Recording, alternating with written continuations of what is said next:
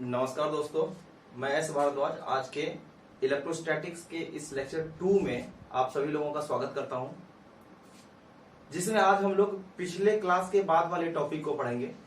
जिन बच्चों ने हमारा पिछला वीडियो नहीं देखा है वो जाकर के कृपया देख लें, क्योंकि उसके बाद ही आप इस लेक्चर को समझ पाएंगे, नहीं तो बहुत परेशानी होगी।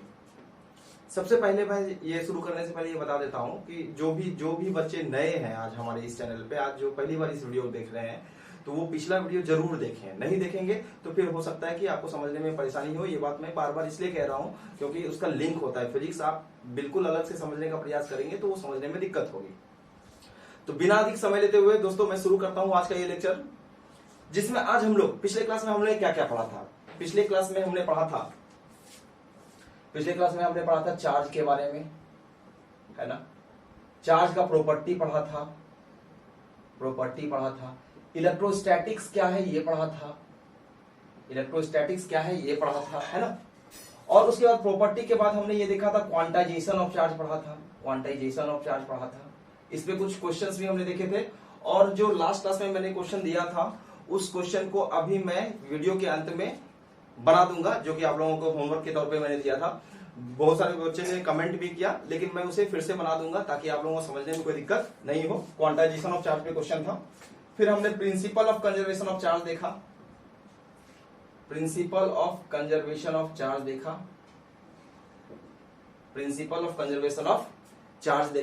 इस तरह से हमने ये सारे टॉपिक को देखा था। और इस पे की हम लोग क्वांटाइजेशन ऑफ चार्ज पे न्यूमेरिकल भी बना चुके थे, ठीक है। तो ये मैं आपको बता देना चाहता हूं कि जब आप इस तरह के क्वेश्चंस को देख रहे हैं, इस तरह के टॉपिक को पढ़ चुके हैं लास्ट क्लास में, तो आप इससे आगे के टॉपिक को पढ़ेंगे। मैंने कहा है कि इलेक्ट्रिक चार्ज और फील्ड का जो पूरा सिलेबस है वो मैं पढ़ा रहा हूं, और इसमें जिसको भी कोई दिक्कत होगा, अगर आपने किताब से नहीं समझ रखा है तो आप इस वीडियो के माध्यम से समझ सकते हैं। उसके बाद अगर आप किताब देखोगे तो किताब में बहुत आसानी से आपको बहुत अच्छे से समझ में आएगा, ठीक है बच्चों।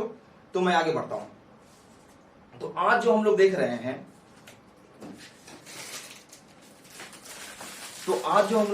हैं वो मैं बता रहा हूं कि इसमें हम लोग कूलम्स लॉ को देखेंगे पहले। कूलम्स लॉ के बाद फिर उस पे कुछ क्वेश्चंस को देखेंगे, ठीक है। और फिर उसके बाद हम लोग आगे की तरफ चलेंगे, ठीक है। कूलम्स लॉ देख रहे हैं, तो कूलम्स लॉ में हम लोग क्या देखते हैं, पहले वो देख लेते हैं, ठीक है। अब आप देखिए कूलम्स लॉ क्या है। सबसे पहले आप कूलम्स लॉ में आपने क्लास 10th में पढ़ा होगा। कूलम्स लॉ के बारे में आपने क्लास 10th में पढ़ रखा होगा। क्या था कूलम्स लॉ, मैं आपको ये समझाने का प्रयास कर रहा हूं। ये था कि अगर दो चार्ज Q1 और Q2 हो, दोनों के बीच का सेपरेशन क्या हो, R हो, दोनों के बीच का दूरी कितना है, R है, तो इन दोनों के बीच लगने वाला जो फोर्स होगा, कौन सा फोर्स, तो इलेक्ट्रोस्टैटिक फोर्स। कौन सा फोर्स, इलेक्ट्रोस्टैटिक फोर्स। चार्ज को हम स्टडी में पढ़, चार्ज को हम रेस्ट के अवस्था में पढ़ रहे हैं, तो इसलिए ये याद रखिएगा कौन सा फोर्स है, ये इलेक्ट्रोस्टैटिक फोर्स है। तो ये जो फोर्स होगा, इन दोनों पॉइंट चार्ज के बीच लगने वाला जो फोर्स है, चाहे तो वो क्या होगा, अट्रैक्टिव होगा, या तो फिर क्या होगा, रिपल्सिव होगा। यही दो तरह का फोर्स होता है जो हमने पढ़ रखा है। तो यहां पे क्या है कि दोनों चार्ज के बीच जो लगने वाला फोर्स है, वो फोर्स क्या होगा, इन दोनों चार्जों के प्रोडक्ट के प्रोपोर्शनल होगा। मतलब क्या होगा, proportional to the product of the charges, है ना। और इनवर्सली प्रोपोर्शनल होगा इनके बीच के डिस्टेंस के। इनवर्सली प्रोपोर्शनल मतलब क्या, इनके बीच के डिस्टेंस के स्क्वायर के इनवर्सली प्रोपोर्शनल होगा, ठीक है। और इनके बीच के डिस्टेंस के स्क्वायर मतलब आर स्क्वायर के इनवर्सली प्रोपोर्शनल, इसलिए इसको इनवर्स स्क्वायर लॉ भी बोलते हैं। तो इन दोनों को आप कंबाइन कर लेते हैं तो क्या हो जाता है, Q1 Q2 by R square, है ना। तो F बराबर क्या हो जाएगा, अब आप इस प्रोपोर्शनलिटी के साइन को हटाएंगे तो क्या होगा, K लगाएंगे यहाँ पे Q1 Q2 by R square, जहां पर ये K क्या है, K कांस्टेंट ऑफ प्रोपोर्शनलिटी है, कांस्टेंट ऑफ प्रोपोर्शनलिटी, जिसको हम लोग डाइलेक्ट्रिक कांस्टेंट भी बोलते हैं, प्रोपोर्शनलिटी है, ठीक है। अब जो मैंने बताया, तो कूलम्स लॉ क्या है, ध्यान से समझिएगा। कूलम्स लॉ क्या है, द फोर्स ऑफ इंटरेक्शन। चाहे आप इंटरेक्शन में इसलिए कह रहा हूं कि अट्रैक्शन भी हो सकता है और रिपल्सन भी हो सकता है, तो एक ही बात, दोनों अट्रैक्शन और रिपल्सन ना बोल करके मैंने इंटरेक्शन बोल दिया, ठीक है। तो the force of interaction between any two point charges, ध्यान से सुनेंगे, ठीक है। The force of interaction between any two point charges is directly proportional to the product of the charges and inversely proportional to the square of the distance between them. ये हमारा law है, Coulomb's law.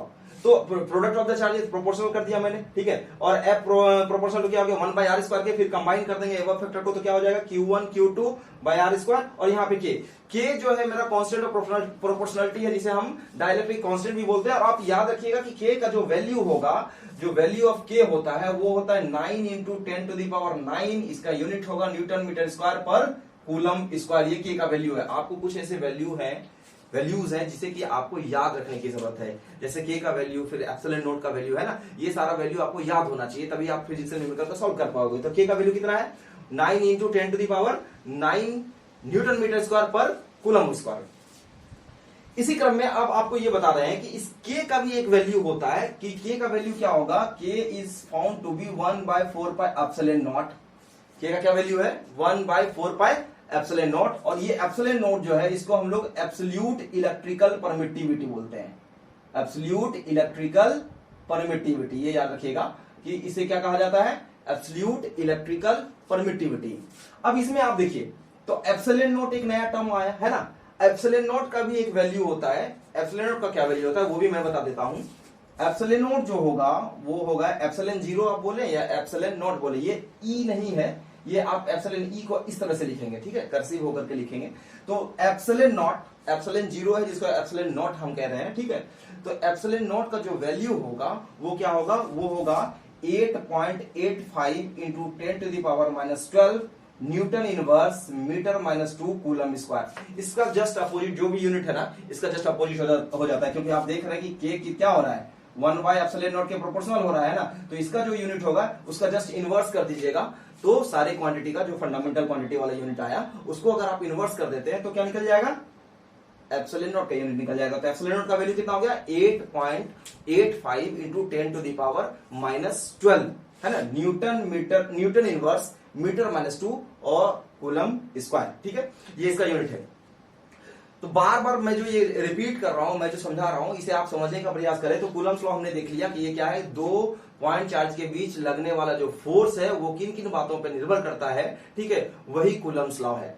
अब इस पे हम लोग जो अगला टॉपिक है उसको मैं समझाता हूं कि कूलम्स लॉ का अगला टॉपिक क्या है, ध्यान से देखिएगा, ठीक है। किसी किसी बोर्ड में कह दिया जाता है कि कूलम्स लॉ को आप वेक्टर फॉर्म में निकालिए, कूलम्स लॉ का वेक्टर फॉर्म निकालिए। तो वो मैं लिखाऊंगा नहीं, आप समझ लें कि कूलम्स लॉ वेक्टर फॉर्म में क्या है, ठीक है। आप देखिए कि कूलम्स लॉ का वेक्टर फॉर्म क्या है।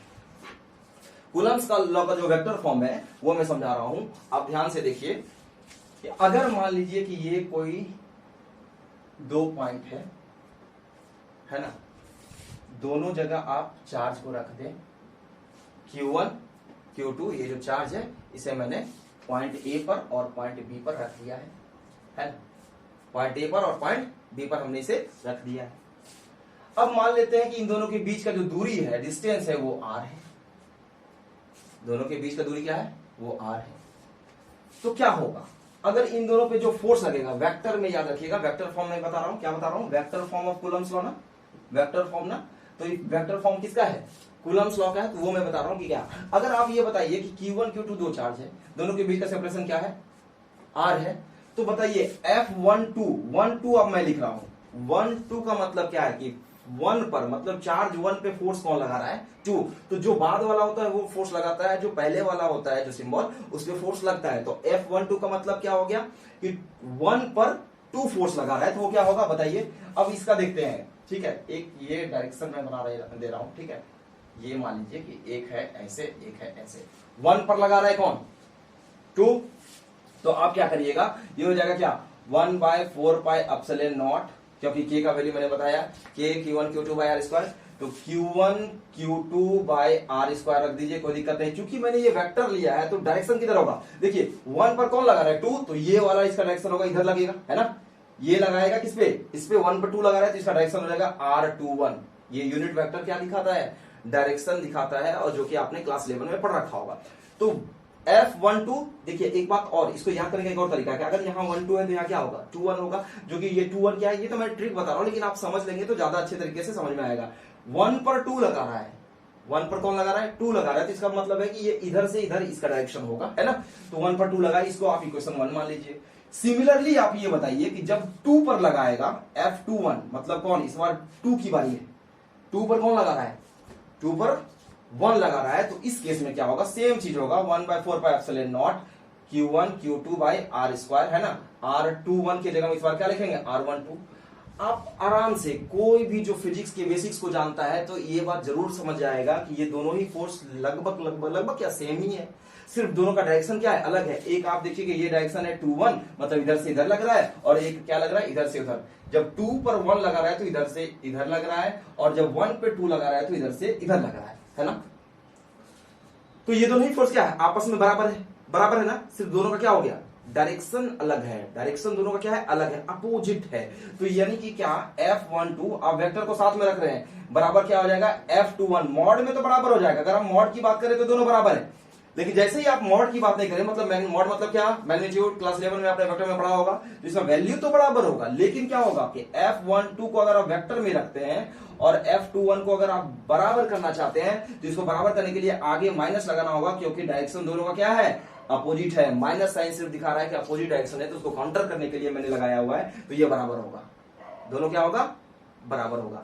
इससे क्या पता चलता है, इससे ये पता चलता है कि न्यूटन का लॉ जो है, जिस तरह से होता था तीसरा कि every action has equal and opposite reaction, जो क्लास 11 में आपने पढ़ा है, तो उसी के आधार पर ये कह सकते हैं कि जब F12, ध्यान से देखिए, F12 जो है F21 के बराबर है ना, बराबर, मैग्नीट्यूड दोनों का बराबर है। इसका मतलब क्या हो गया कि कूलम्स लॉ जो होता है, ये कूलम्स फोर्स जो होता है क्या होगा, न्यूटोनियन इन नेचर होगा, Newtonian in nature. Newtonian in nature करने का मतलब क्या, क्योंकि ये न्यूटन के लॉ के जैसा बिहेव कर रहा है, क्लियर है ना। तो ये हमारा था वेक्टर फॉर्म, आप इसे भी आसानी से देख सकते हैं और बहुत ही आसानी से आप इसे समझ सकते हैं, घर में इसको अपने से खुद से कर भी सकते हैं। अगर आप इसे समझने का प्रयास करो ना तो फिजिक्स बहुत आसान हो जाता है, लेकिन जब आप इसे टफ बना लेते हो, खुद से टफ बनाते हो, क्योंकि आप स्टडी करते नहीं हो, आपने बुक पढ़ा नहीं है, आप हर चीज में क्या कर रहे हो, सीधी सी बात है, आपको रेडीमेड का आदत हो गया है, सब कुछ पका पकाया मिल जाना चाहिए। तब आप क्या करेंगे, तब आप उसको आराम से जो है पढ़ेंगे और उसी को रट करके फिर क्वेश्चन से फिर आंसर भी ले आएंगे और सारे चीजों को पढ़ करके आप फिर क्या करेंगे, जाहिर सी बात है कि फिर उसके बाद आप अच्छे नंबर से पास भी हो जाएंगे। लेकिन क्या आपने पढ़ने के दौरान, पढ़ाई के दौरान सीखा या नहीं, ये प्रश्न आपको मुझसे नहीं खुद से करनी चाहिए, तब जाकर के आप फिजिक्स के मर्म को समझेंगे और फिजिक्स को समझ पाएंगे। तो समझने का प्रयास कीजिए और समझ के ही आप आगे जा सकते हैं, ठीक है ना। तो ये आपका क्या था, क्या क्या पढ़ा मैंने आज। तो पहला जो है वो है कूलम्स लॉ, जिसको कि हमने देखा कि F बराबर K Q1 Q2 by R square है। K का वैल्यू 1/4πε0 है। एप्सिलॉन क्या है, एब्सोल्यूट इलेक्ट्रिकल परमिटिविटी है। उसका भी वैल्यू मैंने बता दिया, क्या 8.85 इंटू 10⁻12 है ना। और न्यूटन इनवर्स मीटर-2 कूलम स्क्वायर, ये एप्सिलॉन का यूनिट है। K का वैल्यू कितना था, 9 इंटू 10⁻9 न्यूटन मीटर स्क्वायर पर कूलम स्क्वायर। ये दोनों ही बातों को मैंने यहाँ पर बता रखा है और आपको बता दिया है, ठीक है। तो ये कूलम्स लॉ का फिर वेक्टर फॉर्म भी देख लिए कि वेक्टर फॉर्म में कैसे होगा, इसका भी मैंने एक छोटा सा हल्का सा प्रूव कर दिया, ठीक है। अब इस पे कुछ क्वेश्चंस देखते हैं। अगर कोई नोट डाउन करना चाहे तो आप नोट डाउन कर सकते हैं वीडियो के साथ, बहुत आसानी से कर सकते हैं, कोई दिक्कत नहीं। कुछ लैंग्वेज बीच में मैंने छोड़ रखा है, वो तो आप खुद से भी कर लोगे कि कौन किस पे फोर्स लगा रहा है, कौन किस पे फोर्स नहीं लगा रहा है ना। तो मैं समझा रहा हूं, वीडियो को आप रिवाइंड करके जरूर देख लीजिएगा। जब कोई भी चीज आपको मिसिंग लगेगा तो आप जरूर उसको रिवाइंड करके देखेंगे, ताकि आपको कोई भी परेशानी नहीं हो और आपकी पढ़ाई अच्छे तरीके से चलती रहे। अब जो मैं जिस प्रश्न का मैं बात कर रहा हूं, क्वेश्चन है कि अगर इसी प्रश्न को मैं कूलम्स लॉ पर आधारित क्वेश्चन दे रहा हूं, ठीक है। तो यहां पे दे रहा हूं कि find electrostatic force between two charges, ठीक है, टू चार्जेस ईच ऑफ, दोनों का मैग्नीट्यूड दे दिया 1.6 इंटू 10⁻19 कूलम। मैंने क्या बताया, find electrostatic force between two charges each of 1.6 into 10⁻19 coulomb separated by a distance of 1 metre, distance of 1 metre. अब ये बताओ फिजिक्स का न्यूमेरिकल बनाने का मैंने क्या तरीका सिखाया था। सबसे पहले आपको ये चेक करना है कि सारा जो क्वांटिटी दिया हुआ है उसका यूनिट सेम है या नहीं। ये तो बहुत बच्चा वाला सवाल है, लेकिन फिर भी मैं स्टार्ट कर रहा हूँ आपको। मैंने कहा ही है बेसिक से मैं शुरू करूंगा और उसको हायर लेवल तक लेके चलूंगा, कि इमेंस लेवल तक लेके चलूंगा। तो क्या है ये कि 2 चार्जेस है 1.6 इंटू 10⁻⁻19 कूलम। ये बताइए 2 चार्ज है, ये Q1 और Q2 दोनों का वैल्यू सेम है। अब ये देखेंगे कि चार्ज का ऐसा यूनिट क्या होता है, कूलम। तो चार्ज का ऐसा यूनिट कूलम है, तो चलिए ये SI में दिया हुआ है, दोनों चार्ज को मैंने यहां रख लिया। R का वैल्यू कितना दिया हुआ है 1 मीटर। R का वैल्यू कितना दिया हुआ है 1 मीटर। तो फोर्स निकाला बहुत आसान है। कैसे, कूलम्स लॉ आप लगाइए, K Q1 Q2 by R square. K का वैल्यू कितना 9 इंटू 10⁻9, Q1 कितना 1.6 इंटू 10⁻19 और 1.6 इंटू 10⁻19 दोनों हो गया। और R का वैल्यू क्या 1 मीटर, तो 1 का स्क्वायर। तो सब SI में था, इसलिए मैंने किसी को चेंज नहीं किया और उसको आसानी से मैंने वहां पे वैल्यू को पुट कर दिया। अब इसे आप सॉल्व करेंगे तो ये लगभग आपका आ जाएगा 230, मतलब क्या 2.304 इंटू 10⁻28 न्यूटन।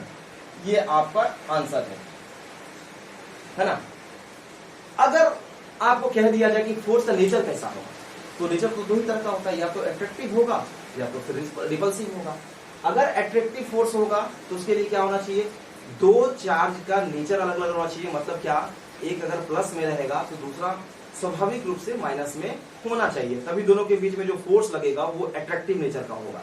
लेकिन जब दोनों चार्ज जो होगा सेम नेचर का होगा, मतलब या तो दोनों माइनस है या तो दोनों प्लस है, तो दोनों के बीच में जो फोर्स लगेगा वो कौन सा लगेगा, अट्रैक्टिव या रिपल्सिव।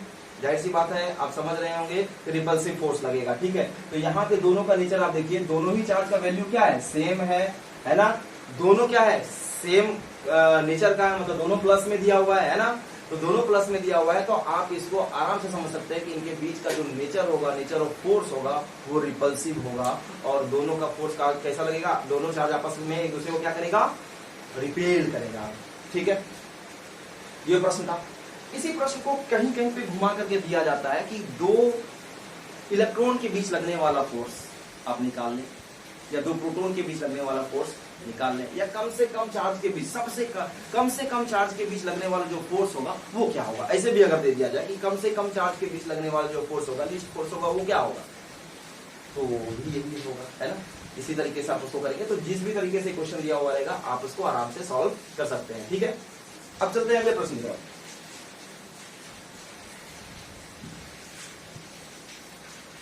इसको जरूर आप देखिएगा, और वीडियो में बना रहा हूं मेहनत से, तो आपसे उम्मीद है कि आप जरूर वीडियो को देखेंगे और अंत तक देखेंगे। स्किप करके बच्चों आप देखेंगे तो आपको समझ में नहीं आएगा। स्किप तो भूल करके भी ना करें, क्योंकि ये स्टडी का मामला है। यहां अगर आप स्किप कर दोगे तो फिर पुराना बच्चों अभी कुछ डिस्टर्बेंस हो गया था, फिर से मैं लेक्चर को रिज्यूम कर रहा हूं। हम लोग कहां तक पढ़ रहे थे, हमने देखा कि मतलब 2 चार्जों के बीच जो लगने वाला जो फोर्स था, जिसका कि आंसर हमने निकाला था 2.304 इंटू 10⁻28, और इसका नेचर भी बताया था कि किस प्रकार का नेचर होगा। इन दोनों के बीच लगने वाला जो फोर्स होगा वो रिपल्सिव होगा, क्योंकि दोनों का नेचर क्या था, सेम था। अब जो मैं आगे बता रहा हूं, एक प्रश्न आप लोगों के लिए छोड़ रहा हूं वीडियो पर। ठीक है, इसको आप कमेंट सेक्शन में इसका आंसर देंगे। ठीक है, मान लेते हैं कि ये क्वेश्चन आप लोग लिख लीजिएगा कि इन अ न्यूक्लियस, ठीक है, in a nucleus separation between charges is 1 fermi. Fermi समझ लीजिए क्या है। अगर फर्मी को आपको मीटर में कन्वर्ट करना होगा तो 10⁻⁻15 से आप मल्टीप्लाई कीजिएगा। Find the force, electrostatic force का मतलब electrostatic force, and it's nature. इसे आप बना करके कमेंट सेक्शन में इसका आंसर देंगे, ऐसा मैं आप लोगों से उम्मीद करता हूं। ठीक है, तो इस क्वेश्चन को आप लोग बनाइएगा। अब जो है मैं अगले टॉपिक की तरफ चलता हूं। वीडियो को रिवाइंड करके क्वेश्चन देख लीजिएगा, कोई दिक्कत नहीं होगा, क्योंकि आप इसको आराम से रिवाइंड करके देख सकते हैं और आपको कोई परेशानी भी नहीं होगी। ठीक है, तो अगला जो टॉपिक है, अगला टॉपिक हम ले रहे हैं dielectric constant. Dielectric constant. अब ये देखिए, डाई का मतलब क्या होता है?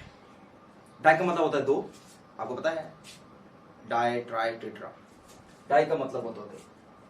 अभी मैं आपको दो अरेंजमेंट ले रहा हूं, एक दो चार्जों का अरेंजमेंट ले रहा हूं, एक Q1 इधर है, Q2 इधर है, ठीक है। इसे मैंने एयर या वैक्यूम में रखा है, एयर या वैक्यूम में रखा है, ठीक है। कूलम्स लॉ जो होल्ड होता है, ये बात याद रखिए, कूलम्स लॉ को मैंने जो बताया है, एफ बराबर है ना K Q1 Q2 by R square, ये एयर या वैक्यूम का बात हो रहा है, ठीक है। तो आप इसे समझ लीजिए कि ये एयर या वैक्यूम में मैंने इसे रखा है, एयर या वैक्यूम में मैंने इसे रखा है, इसके बीच का सेपरेशन है आर। अब इसी अरेंजमेंट को, सेम अरेंजमेंट, मतलब ए पर रखा हुआ है Q1, बी पर रखा हुआ है Q2, फिर सेम अरेंजमेंट को मैं एक और मीडियम में रख दे रहा हूं, ठीक है। मतलब ए और बी के बीच का दूरी कितना था? आर था ना, तो ये आर ही रहेगा, दोनों पे चार्ज भी सेम रहेगा। बस मैंने कर क्या दिया है, इसे एयर या वैक्यूम में रखा था, अब इसे किसी मीडियम में मैंने रख दिया है, ठीक है। किसी भी मीडियम में, वाटर में, एयर, वाटर में, ग्लास में, कहीं भी, कोई भी मीडियम में इसे मैंने रख दिया है। तो इनके बीच जो फोर्स लगता है वो क्या लगता है? एफ नॉट बराबर के Q1 Q2 by R square, है ना। इनके बीच जो फोर्स लगेगा वो एफ एम लगेगा, एम स्टैंड्स फॉर मीडियम, वो क्या हो जाएगा? के Q1 Q2 by R square, same होगा ना। तो अब ये ध्यान दीजिए कि ये हो गया आपका क्या, के Q1 Q2 by R square, है ना। और यहाँ पे के का जो वैल्यू होगा, ये ध्यान दीजिए, ये 1/4 पाई एप्सिलॉन नॉट होगा। एप्सिलॉन नॉट मैंने इसलिए कहा क्योंकि ये एप्सिलॉन नॉट क्या, एप्सिलॉन जीरो का मतलब क्या कि एयर या वैक्यूम में चार्ज को रखा गया है। अगर मैं इसकी बात करूं तो 1/4 पाई। अब ये देखिए, मीडियम चेंज हुआ तो उसका परमिटिविटी भी क्या होगा? एप्सिलॉन जीरो से मैंने इसे मान लिया epsilon M, M for medium. तो ये चेंज, बाकी सारा जो क्वांटिटी है वो सेम ही रहेगा, जैसे ये भी सेम है, ये भी सेम है, ये भी सेम है, सब सेम। ये एप्सिलॉन जीरो और एप्सिलॉन एम में चेंजेस आएगा। अब इन दोनों को अगर आप डिवाइड कर दीजिएगा, एफ नॉट और एफ एम, तो जो निकलेगा वो निकल जाएगा epsilon M by epsilon naught. ये दोनों ही रेशियो को हम लोग के बोलते हैं, कैपिटल के, ठीक है, जिसे कि डाई इलेक्ट्रिक कांस्टेंट कहा जाता है, डाई इलेक्ट्रिक कांस्टेंट, ठीक है। या एप्सिलॉन आर भी इसको कहा जाता है, क्योंकि इसे रिलेटिव इलेक्ट्रिकल परमिटिविटी बोला जाता है। रिलेटिव, रिलेशन का जब भी बात होगा तो दो का कंपैरिजन होता ही है, रिलेशन सिंगल से तो निकल नहीं सकता है ना। तो दो का कंपैरिजन होगा, दो क्वांटिटी होगा, तभी दोनों में रिलेशन निकाल पाएंगे। तो रिलेटिव इलेक्ट्रिकल परमिटिविटी आप इसे बोल दें, या डाई इलेक्ट्रिक कांस्टेंट आप इसे बोल दें, है ना। दोनों का वैल्यू सेम होगा, यानी कि रेशियो किसका है? एफ नॉट और एफ एम का। मतलब दो चार्ज के बीच लगने वाला जो फोर्स है, इलेक्ट्रोस्टैटिक फोर्स, एयर या वैक्यूम में, बटा, मतलब बटा क्या, रेशियो किसके साथ? दो चार्जों के बीच लगने वाला जो फोर्स है, मतलब दो सेम चार्जों के बीच लगने वाला जो फोर्स है इन एनी अदर मीडियम, यही ना। सिर्फ सेम अरेंजमेंट को, सेम कॉन्फ़िगरेशन को हम क्या कर रहे हैं? दूसरे मीडियम में रख रहे हैं, और उन दोनों का जो अनुपात होगा, जो रेशियो होगा, वो डाई इलेक्ट्रिक कांस्टेंट कहलाएगा, ठीक है। या तो आप epsilon M by epsilon naught बोल दीजिए, उसका रेशियो होगा, या F naught by F M बोल दीजिए, उसका रेशियो होगा, ठीक है ना। तो डाई इलेक्ट्रिक कांस्टेंट भी हमने पढ़ लिया। इसके पहले हम लोग क्या पढ़े? कूलम्स लॉ, कूलम्स लॉ का वेक्टर फॉर्म, फिर एक दो सवाल को हमने देखा, और एक सवाल मैंने आपको हल करने के लिए भी दिया है, उसे आप जरूर हल करेंगे और कमेंट सेक्शन में जरूर कमेंट करेंगे। अब जो अगला टॉपिक है वो टॉपिक है सुपरपोजिशन प्रिंसिपल। देखिए, मैं हर एक टॉपिक को टच कर रहा हूं, जो भी आपके लिए जरूरी है, जितना भी आपको पता होना चाहिए 11th 12th किसी भी बोर्ड के लिए, whether it is for CBSE और आईसीएसई और any other board, and for JEE mains और नीट एग्जाम प्रिपरेशन, तो मैंने आपको वो सारा बात बताना शुरू कर दिया, और मैं बताना भी चाहता हूं, क्योंकि मैं चाहता हूं कि आपको बेसिक से लेकर के एडवांस का सारा चीज बता दिया जाए, और आपको फिर किसी क्लासेस की जरूरत नहीं हो, किसी ऑनलाइन ट्यूटर की जरूरत नहीं हो, क्योंकि मैं किसी भी सब्जेक्ट को, किसी भी टॉपिक को अनटच्ड नहीं रखूंगा। मैं चाहूंगा कि जितना हो पाए वो मैं आपको बता दूं, ठीक है। चलते हैं बच्चों आगे।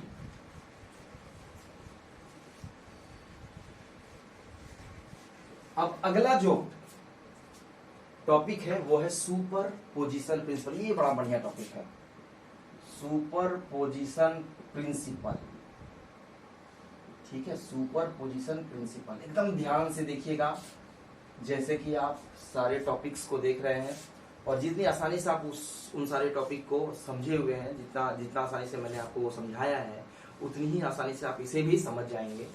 मान लेते हैं कोई एक रेक्टेंगुलर कोऑर्डिनेट सिस्टम है एक्स वाई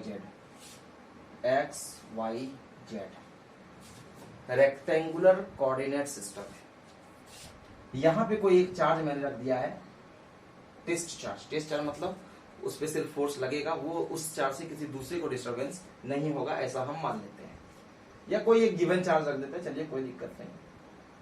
और उसके इर्द गिर्द मैं क्या कर रहा हूं, अलग अलग चार्ज Q1, Q2, Q3 इस तरह से करके ये Qn चार्ज को इसके इर्द गिर्द रख दे रहा हूं। तो बताइए कि Q1 जो होगा इसका पोजीशन वेक्टर R1 होगा, क्लास 11 में आपने पोजीशन वेक्टर पढ़ रखा है। इसका पोजीशन वेक्टर R मान लेते हैं, इसका पोजीशन वेक्टर क्या होगा, Rn होगा। इसे मैं क्या कह रहा हूं, R2 है तो ये R2 मान लीजिए, है ना, और ये क्या हो जाएगा R3। तो सुपर पोजिशन प्रिंसिपल ये कहता है कि इन सारे चार्जों के द्वारा, मतलब Q को छोड़ दीजिए, जो मेन चार्ज है जिसपे कि हमको फोर्स निकालना है, उसको छोड़ करके सारा चार्ज मिल करके किस पे फोर्स लगाएगा, Q पर फोर्स लगाएगा। तो ये इस तरह से इस पे लगाएगा, ये इस तरह से लगाएगा, ये इस तरह से लगाएगा, है ना। सारा चार्ज मिलकर के किस पे लगा रहा है, इस चार्ज पे लगा रहा है। तो जो सारे चार्जों का, सारे चार्ज के द्वारा जो लगाया गया फोर्स है, वो फोर्स जो होगा वो किस प्रकार से निकलेगा, वही सुपरपोजिशन प्रिंसिपल है। यानी कि जो इस पे लगने वाला फोर्स है वो सारे चार्ज के द्वारा हम निकाल देंगे, सारे फोर्सेस को हम निकाल देंगे इंडिविजुअली, अकेले अकेले करके, और सबको जोड़ देंगे। कैसे जोड़ेंगे, तो वेक्टोरियली जोड़ेंगे, वेक्टर के तरीके से जोड़ेंगे, तो वो हो जाएगा सुपरपोजिशन प्रिंसिपल। यानी कि इस पे जो force on a given charge due to number of charges क्या होगा, is equal to the vector sum of all the individual forces on that particular charge. तो अब ये क्या होगा, तो इसका पता हम जीरो पे, देखिए ये Q0 मतलब Q0 पे लग रहा है, ठीक है।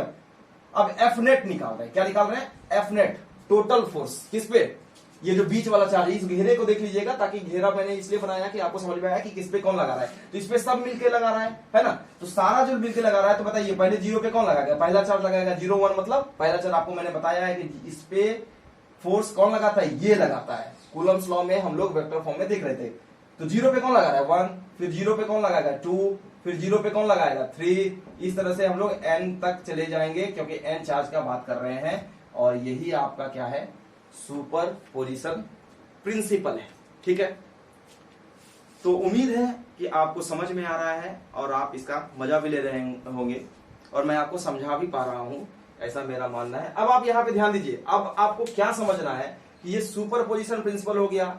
इसके पहले हमने क्या पढ़ा, कूलम्स लॉ, आज के लेक्चर में कूलम्स लॉ, फिर कूलम्स लॉ का वेक्टर फॉर्म, फिर उसपे कुछ सम्स को हमने देखा, ठीक है। उसके बाद मैं क्या पढ़ा रहा हूं, उसके बाद मैंने पढ़ाया डाइलेक्ट्रिक कांस्टेंट। आप सिलेबस को देखेंगे, एकदम सिलेबस वाइज में चल रहा हूं, और किसी भी बोर्ड का। और उसके बाद फिर हम लोग क्या देख रहे हैं, सुपरपोजिशन प्रिंसिपल, है ना।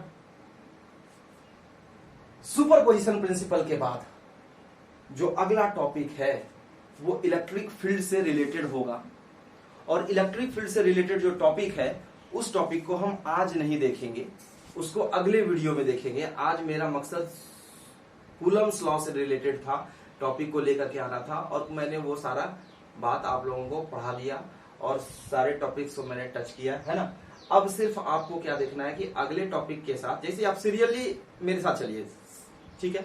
उसके बाद जैसे आप कंटिन्यूअस फ्लो में आएंगे, तो जैसे चैप्टर 1 है, चैप्टर 2 है, इस तरह से मैं आपको पढ़ाऊंगा। लेक्चर 1 को जाकर के देखिए, तभी लेक्चर 2 समझ में आएगा। मैं बार बार ये कह रहा हूँ आज के वीडियो में, तो उसे आप देखेंगे, होगा तो मैं उसका डिस्क्रिप्शन बॉक्स में लिंक भी डाल दूंगा, ताकि आप उस लेक्चर को देखने के बाद ही लेक्चर 2 की तरफ आएंगे, और वीडियो को स्किप नहीं करेंगे, ठीक है। अब मैं चलता हूँ, लास्ट क्लास में मैंने आपको एक क्वेश्चन दिया था।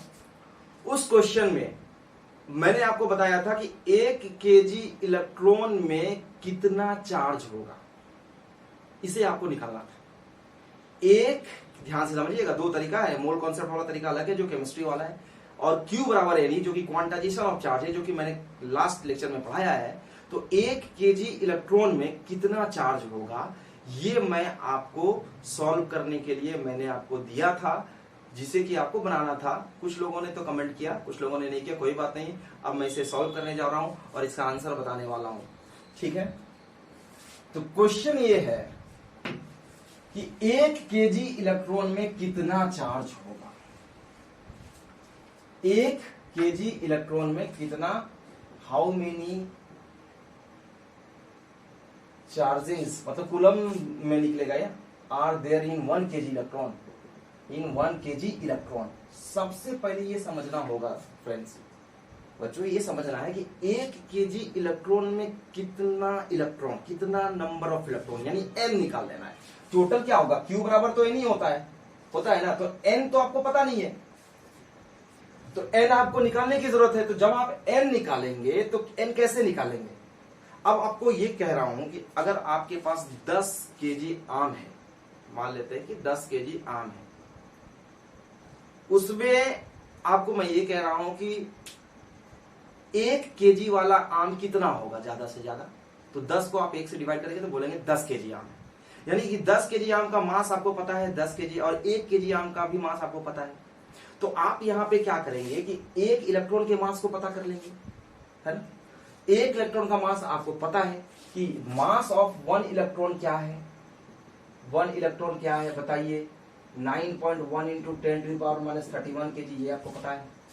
अब इतना केजी का कितना इलेक्ट्रॉन होगा 1 केजी इलेक्ट्रॉन में, 1 केजी इलेक्ट्रॉन में, है ना। नंबर ऑफ इलेक्ट्रॉन कितना होगा 1 केजी में, यही ना। तो आप ये बताइए, तो नंबर ऑफ इलेक्ट्रॉन n बराबर, ठीक है, नंबर ऑफ इलेक्ट्रॉन क्या होगा, n निकालना है। मतलब 1 केजी इलेक्ट्रॉन का बात कर रहे हैं कि 1 केजी इलेक्ट्रॉन में कितना इलेक्ट्रॉन, तो n बराबर क्या होगा, टोटल है 1 केजी, जैसे मैंने आपको बताया कि 10 को 1 केजी के आम से डिवाइड कर रहे थे, है ना। जैसे मैं कह रहा हूं कि 10 केजी टोटल में 2 केजी वाला कितना आम, तो 5 आम, क्योंकि 10 को 2 से डिवाइड कर दिए, तो 1 केजी में कितना इलेक्ट्रॉन, है ना। तो कितना इलेक्ट्रॉन, तो इतना केजी वाला 9.1 इंटू 10⁻³ केजी वाला कितना इलेक्ट्रॉन, तो इसे डिवाइड कर दीजिए आप, 9.1 इंटू 10⁻³ केजी, है ना। आप इसे डिवाइड करेंगे तो आप इसे ऊपर ले जाइए, ये हो जाएगा 10⁻31, ये माइनस है तो ऊपर आकर के क्या होगा प्लस, नीचे हो गया 9.1, ठीक है। n का वैल्यू ये निकल गया, तो देयरफॉर Q बराबर क्या होगा Ne, तो n का वैल्यू ये है आपका, है ना, Ne, charge on an electron, 1 electron पे कितना चार्ज, मैंने आपको लास्ट क्लास में पढ़ाया है, आज भी पढ़ाया है, ठीक है, 1.6 इंटू 10⁻⁻19 कूलम, है ना। अब इसको जब आप सॉल्व करेंगे तो ये आपका आ जाएगा 1.76 इंटू 10⁻11 कूलम, ये टोटल इसका आंसर हो जाएगा। यानी कि 1 केजी इलेक्ट्रॉन में 1.76 इंटू 10⁻11 कूलम चार्जेस होंगे, इतना चार्ज होगा, है ना। मेरे मेहनत को आप ध्यान में रखते हुए वीडियो को स्किप नहीं करेंगे, क्योंकि अगर आप स्किप करेंगे तो आपको समझ में आएगा नहीं, ठीक है। ये मैं स्ट्रिक्टली भी कह रहा हूं और पोलाइटली भी कह रहा हूं, क्योंकि फिर सब पढ़ाने का कोई मतलब रह नहीं जाएगा और आपको समझ में नहीं आएगा। खास करके मेरे बच्चों के लिए जो मेरे पास पढ़ रहे हैं, वीडियो को जरूर स्किप ना करें, स्किप करेंगे तो फिर आपको समझ में नहीं आएगा। आज का लेक्चर हम यहीं पे समाप्त करते हैं, जो कि इस क्वेश्चन के साथ होता है। फिर मिलेंगे अगले वीडियो में और नए टॉपिक के साथ, जिसमें हम लोग इलेक्ट्रिक फील्ड से रिलेटेड चीजों को देखेंगे, इलेक्ट्रिक फील्ड देखेंगे, डायपोल देखेंगे, डायपोल से रिलेटेड कुछ थ्योरम्स को देखेंगे। तो थ्योरम तो प्रूव करना संभव होगा नहीं, ठीक है, लेकिन उसके रिजल्ट्स को जरूर देखेंगे और कैसे वो रिजल्ट आया वो भी मैं जरूर आप लोगों को बता दूंगा। और उस पर फिर कुछ सम्स को देखेंगे जो कि नीट और जेईई मेंस में आए हुए हैं। अगले लेक्चर में इनसे भी मैं क्वेश्चंस को देखूंगा, ठीक है, सारे क्वेश्चंस को, उन सारे क्वेश्चन को भी लेने का प्रयास करूंगा जो कॉम्पिटिटिव एग्जाम में, अलग अलग कॉम्पिटिटिव एग्जाम में आए हुए हैं, ठीक है। तो आज के लिए इतना ही रहने देते हैं फ्रेंड्स, तब तक के लिए बाय बाय, थैंक यू।